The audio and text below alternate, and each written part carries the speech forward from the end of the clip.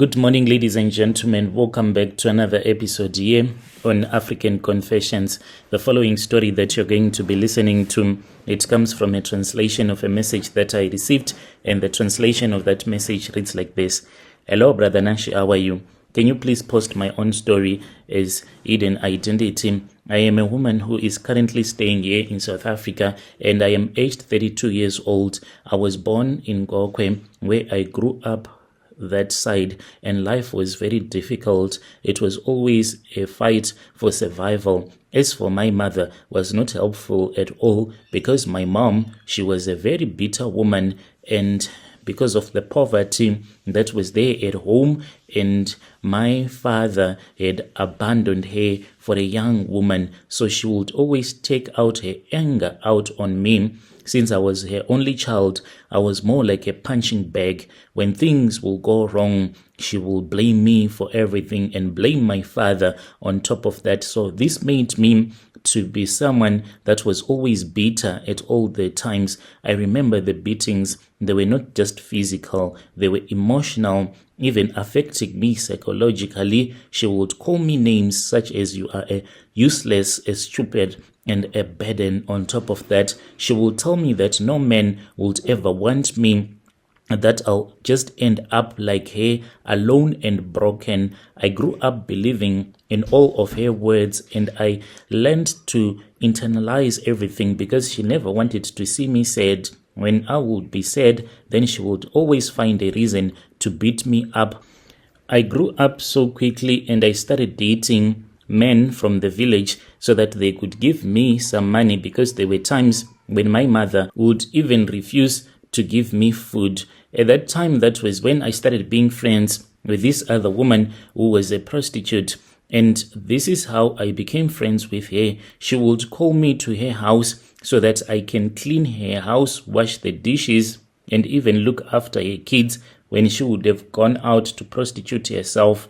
So I then realized that in her bedroom, there was this other wooden plate that was always underneath the bed at all the times. And when she would return back, she would remove it, and then she would place it on top of the roof. Throughout the day, it would be on top of the roof. Then at night, she would bring it back into the house and place it underneath the bed. I then got the courage to ask her why she was always doing this. And then she said to me that it was because she had some marine spirits, and those were what were giving her beauty, wealth, and the ability to attract any man that she ever desired. At first, I never believed in all of those things, but the way that she always had clients, always making money, some of these clients would come from even Harare, coming to visit her, and she would tell me that this man came from Harare and he just wants to give me some money so that he can return back to his wife. And at that time, I then started playing around with some of these charms whenever she was not around. One day, that was when I had a dream. In that dream, I found myself, I was in the river playing with the marine spirits. Later in the evening, when she returned back with her client, she said, "You have been touching my things and playing with my charms. We'll talk about it tomorrow morning." So early in the morning, since I was like staying with her 24/7 because I was afraid of my mom, the way that she used to beat me up, she then woke me up and she told me that she knew that I had been playing with her charms, and she wanted to take me to a traditional healer for a cleansing ceremony. Otherwise, these marine spirits, they were going to affect me. So then she took me to a traditional healer. When we arrived at that traditional healer's house, that was when I was told that indeed the marine spirits,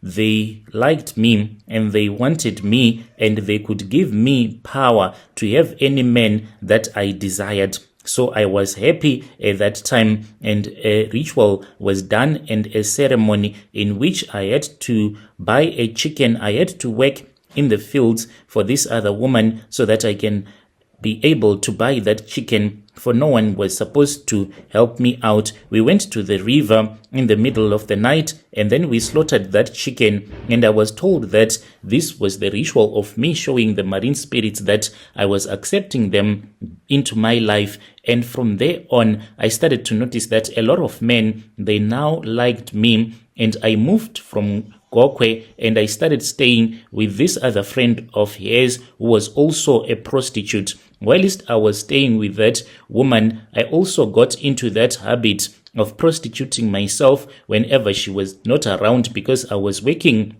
for her as her maid, so she would never want me to do such a thing. So I became a prostitute in secret, and the money that I was making, it was good. I kept on associating myself with women that I had, that they had marine spirits. So I would go late at night to their gatherings, doing those dinner parties for the marine spirits. And after that, that was when I met a marine spirit. Indeed, I met a marine spirit when I was with this other man. This marine spirit came to me and revealed it to me that the man that I was with had a spiritual gift, and he was supposed to be a pastor in his life. And these marine spirits did not want this man to realize that he had a spiritual gift. So my job was to make sure that I steal his glory. And after sleeping with him, what I will do is that I would go to this other river just outside of Waterfalls where I was staying at that time, and I would wash myself after this man would have returned back to his family. I used to do this even somewhere around 5 a.m. I would walk when it would be so cold, and then I would wash my private part, even to walk for about 5 kilometers just to get to that river from an area that is called Waterfalls. And this was a way of me dedicating this man to the marine spirits. And each and every time when I would be with him, after wiping his manhood, I would take that cloth and I would throw it into the river each and every time, and I would buy another cloth that we would use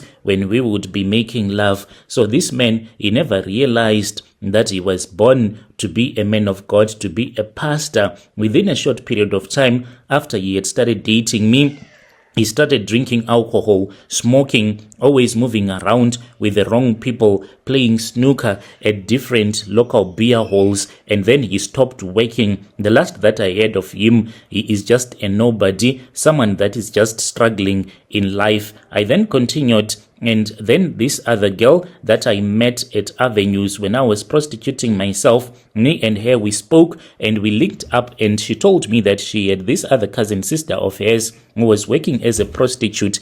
At that time, she was still in Botswana, but then she moved to Northwest, and then she started staying in an area that is called Rustenburg, where I went as well with my friend, where we started staying together and we started working as prostitute. As for my friend, she did not even know that even though I am a prostitute, but as for me, I am on a mission, because once you start to deal with the marine spirits, you do whatever that they want you to do. You cannot refuse. No, you can never refuse. So, Brother Nashi, that is what I did. I want to confess that this is what I did. When you post my story, please tell me. I'll be following through in the comment section.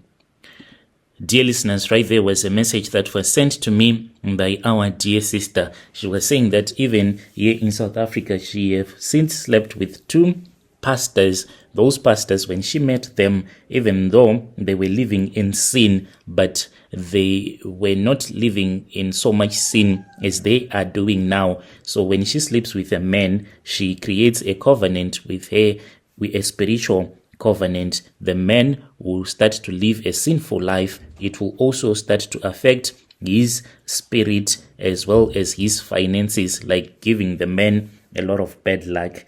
Strange things indeed they do happen in this world.